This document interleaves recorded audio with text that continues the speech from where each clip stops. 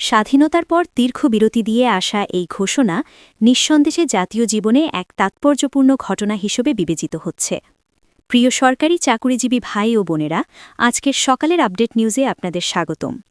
যারা আমাদের চ্যানেলে নতুন তারা এখনই চ্যানেলটি সাবস্ক্রাইব করুন, আর হ্যাঁ, অবশ্যই কমেন্ট করে জানাবেন আপনারা কে কোন জেলা থেকে আমাদের ভিডিওটি দেখছেন। তবে চলুন কথা না বাড়িয়ে আজকের সর্বশেষ সংবাদটি জেনে নিন। তবে সুপারিশ ঘোষণা করা এক বিষয়, আর তা সফলভাবে ও টেকসই উপায়ে বাস্তবায়ন করা সম্পূর্ণ ভিন্ন একটি চ্যালেঞ্জ। দেশের বর্তমান অর্থনৈতিক প্রেক্ষাপটে এই বিশাল ব্যয়ভার বহন করা সরকারের জন্য কতটা কঠিন হবে তা নিয়ে গভীর শঙ্কা ও বিশ্লেষণ প্রকাশ করেছেন দেশের বিশিষ্ট অর্থনীতিবিদ এবং ঢাকা বিশ্ববিদ্যালয়ের অর্থনীতি বিভাগের অধ্যাপক ড. মোহাম্মদ শাহাদাত হোসেন সিদ্দিকী। সম্প্রতি দ্য ডেইলি ক্যাম্পাসকে দেওয়া এক বিশেষ ও বিস্তারিত সাক্ষাৎকারে তিনি পে স্কেল বাস্তবায়নের নানামুখী চ্যালেঞ্জ এবং এর সুদূরপ্রসারী অর্থনৈতিক প্রভাব নিয়ে চুলচেরা বিশ্লেষণ করেছেন। অধ্যাপক ড. মোহাম্মদ শাহাদাত হোসেন সিদ্দিকী তার সাক্ষাৎকারে প্রথমেই পে স্কেলের যৌক্তিকতার বিষয়টি তুলে ধরেন। তিনি বলেন, স্বাধীনতার পর দীর্ঘ সময় পেরিয়ে নতুন পে স্কেল ঘোষণা করাটা অবশ্যই একটি বড় ঘটনা।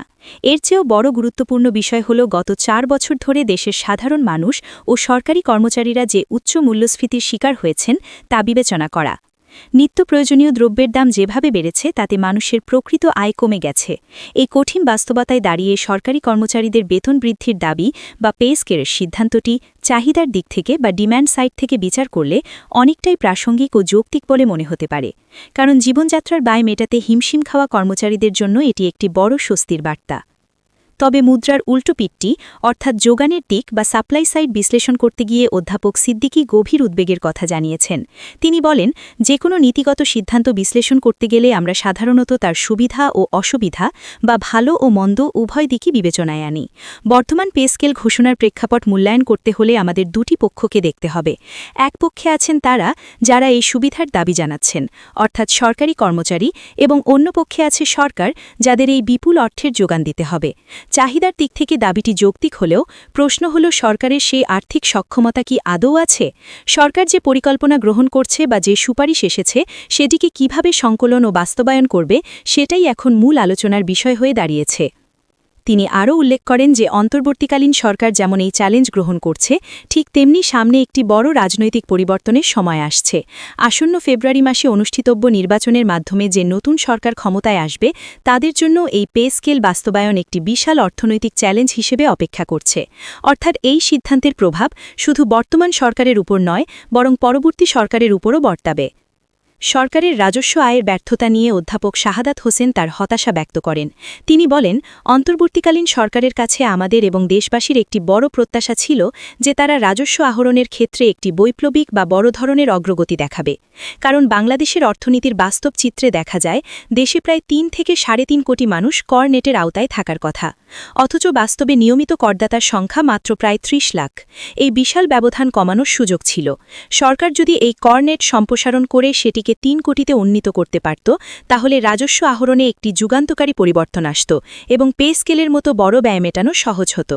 একই সঙ্গে দেশে অসংখ্য প্রতিষ্ঠান রয়েছে যা এখনও নিবন্ধনের বাইরে, এবং বিশাল একটি ইনফর্মাল ইকোনমি বা অনানুষ্ঠানিক খাত রয়েছে।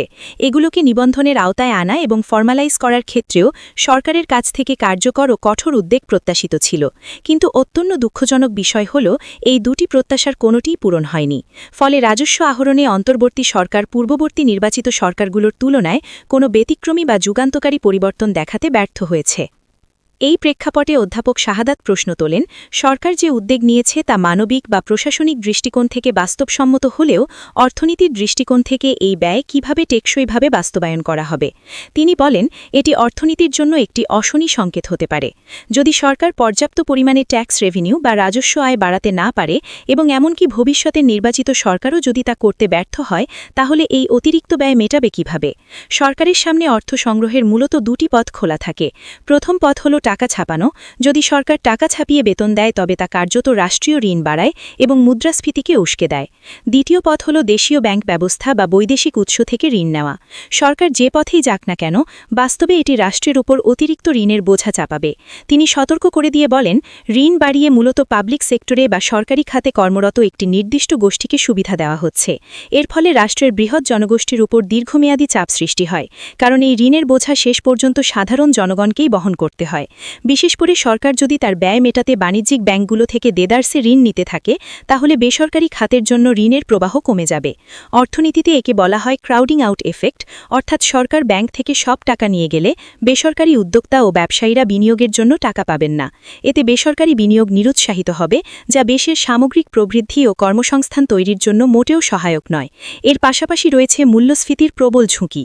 অধ্যাপক সিদ্দিকী বলেন, এই ধরনের বিশাল সরকারি ব্যয় চাহিদাজনিত মূল্যস্ফীতি বা ডিম্যান্ড পুল ইনফ্লেশনকে উস্কে দিতে পারে। অর্থনীতির সাধারণ নিয়ম হল, যখন মানুষের হাতে অতিরিক্ত অর্থ আসে তখন তাদের পণ্য ও সেবার প্রতি চাহিদা বাড়ে, কিন্তু যদি সেই অনুপাতে বাজারে পণ্যের যোগান না বাড়ে তাহলে স্বাভাবিকভাবেই পণ্যের দাম বেড়ে যায়। পে স্কেল ঘোষণার ফলে বাজারে টাকার প্রবাহ বাড়বে এবং এই ঝুঁকিটি বাস্তবভাবে সামনে চলে আসবে। তখন দেখা যাবে বেতন বাড়ার পরেও দ্রব্যমূল্য বৃদ্ধির কারণে কর্মচারীদের প্রকৃত অবস্থার কোনো উন্নতি হয়নি, বরং সাধারণ মানুষের কষ্ট আরও বেড়েছে। সরকারকেই ভবিষ্যতে এই মূল্যস্ফীতি সামাল দিতে হবে, যা হবে অত্যন্ত কঠিন কাজ। সব মিলিয়ে ঢাকা বিশ্ববিদ্যালয়ের এই অধ্যাপক মনে করেন, পে স্কেল বাস্তবায়ন বর্তমান ও ভবিষ্যৎ সরকারের জন্য একটি জটিল অর্থনৈতিক ধাঁধা।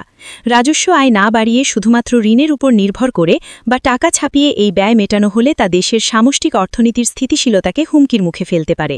তাই তিনি মনে করেন, আবেগের বশবর্তী না হয়ে সরকারের উচিত নিজেদের আর্থিক সক্ষমতা বা সাপ্লাই সাইড গভীরভাবে বিবেচনা করা এবং রাজস্ব সংস্কারে জরুরি ভিত্তিতে মনোযোগ দেওয়া। অন্যথায় এই পে স্কেল অর্থনীতির জন্য আশীর্বাদ না হয়ে অভিশাপ হতে পারে।